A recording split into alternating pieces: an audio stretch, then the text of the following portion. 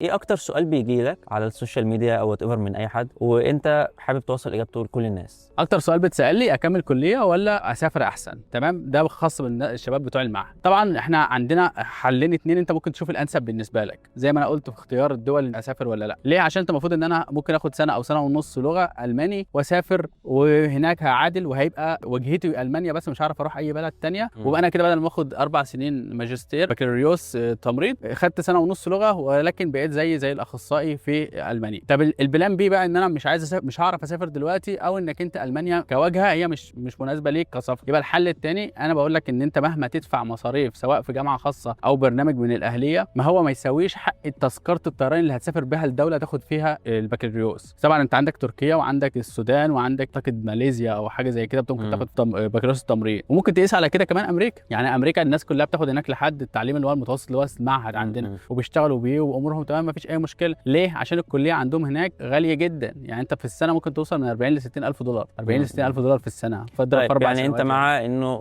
بعد المعهد لازم يكمل كلية علشان عشان يعرف؟ يبقى كل العالم كله والاختيارات كلها مفتوحه. بالظبط، اوكي. مفتوحه قدامك. انا دلوقتي انا مناسبني ان انا اسافر مثلا خليج، انا بعد كده انا عندي اسره وعندي اهداف تانية، ان انا عايز اخد ماجستير او عايز اعمل حاجه واخد جنسيه، محتاج ان انا اسافر اوروبا، محتاج ان انا اسافر امريكا مثلا. لو انت عايز يبقى معاك سلاح تعرف او مفتاح تعرف تفتح بيه كذا باب، تاخد بكالوريوس تمريض. لكن لو انت عايز تريح دماغك، عايز مناسب ليك انك انت تسافر على بس طول، انا تاخد لا. انا انا مختلف في حته انه وجهه النظر الثانيه ان هو لو حتى عايز يسافر على طول بعد المعهد قولا واحدا لازم يكمل كليه، لانه لو انت جيت تبص بعد كده للرواتب سواء بالمعهد والكليه بتشوف فرق موستلي بعد 4 5 سنين الشخص ده هيبدا يحس هو وهيبدا يسال نفسه انا ليه ما كملتش كليه، وكان اللي مطلوب منه 4 سنين. انت بعد المعهد بتدخل سنه ثانيه وبتكمل لحد ما تخلص الامتياز، ولكن زي ما انت قلت كل الاوبشنز متاحه. انا بالنسبه لي لو حد سالني اكمل كليه ولا اسافر، هي بالنسبه لي وجهه نظر واحده، انه لازم تكمل كليه قولا واحدا علشان تاخد اللايسنس بتاعتك. هو مظبوط وما فيش مشكله، بس من كتر خبرتي وكلام مع الشباب، في ناس واخده مدرسه تمريض وبعد كده معهد تمريض، فهي عندها المسؤوليات والقدر الكافي من ان هو ما يقدرش يكمل 4 سنين في الدراسه تاني، لكن يقدر يضغط على نفسه من كتر العزيمه والاحتياجاته. في فعلا كتير كملوا. في ناس كتير كملوا. والنقطه الثانيه انا عايز اقول لك على حاجه، لو هو بعد المعهد اشتغل اوكي، يعني المهنه بتاعتنا دي سلاح ذو حدين، احنا بنتدرب واحنا طلبه وكل حاجه، يعني ما فيش اختلاف فيها ودي حاجه كويسه، ولكن بتلهيك ان انت بتنسى تطور نفسك وتبيلد يور كارير باث واي.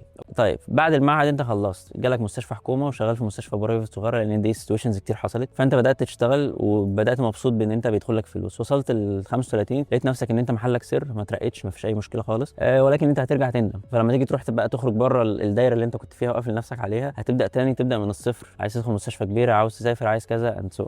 انا كوجهه نظري مع انه لو يقدر ان هو يكمل كليه كامله خلاص. الحاجه الثانيه انه في قانون دلوقتي ان لو المعهد عدى عليه عدد سنين معينه مش هيقدر يسجل كليه. ما هي دي الميزه خلاص، بقى اللي بقول لك يعني عليها، هو مش هيقدر يكمل الكليه، فالحل بتاعه ايه؟ لو هو الاوبشن اتلغى اوكي، هيلجا للحل الثاني اللي انت بتقوله. المانيا فيها ميزه ان انت لما تاخد اللغه وبتعمل المعادله بتاعتك هناك، ما فيش هناك معهد او كليه، هم كلهم مستوى هتكمل واحد المعادله وات ايفر انت دارس ايه، ونفس الراتب واحد. فعشان كده بنقول ان هو افضل اوبشن للتمريض. في ناس انا اعرفها على المستوى الشخصي وانا نصحتهم ان هم وهم في المعهد ياخدوا الالماني كلغه مع الدراسه من سنه اولى. فدلوقتي الناس خلصت في الامتياز دلوقتي بتاع المعهد اللي هو بعد سنه ونص او سنه و6 شهور، بيقول لي ان انا وصلت لبي 2 او خلص بي 1 وهيبدا يمتحن في بي 2. هنرجع لنفس النقطه برضو اللي كانت مع مستر باهي، اللي هي ايه، اللي هو نبدا من بدري، نبدا اللغه من بدري. أيوة. يعني انا بالنسبه لي لو انا كنت بدات اللغه وانا في اولى كليه خلاص ما كنتش هحتاج اصلا اي صعوبات، وما كنتش هحس بقى ان فيها مجهود. انا بعتبرها ماده زي اي المواد اللي موجوده، وبعدين اللغه ممارسه، ما هياش ان انا مقواعد هحفظها مش فانا هبدا نوليدج، اتكلم. فانا عاوز اعرف المعلومه هي دي مهاره، فهتدخل لي بالظبط. المهاره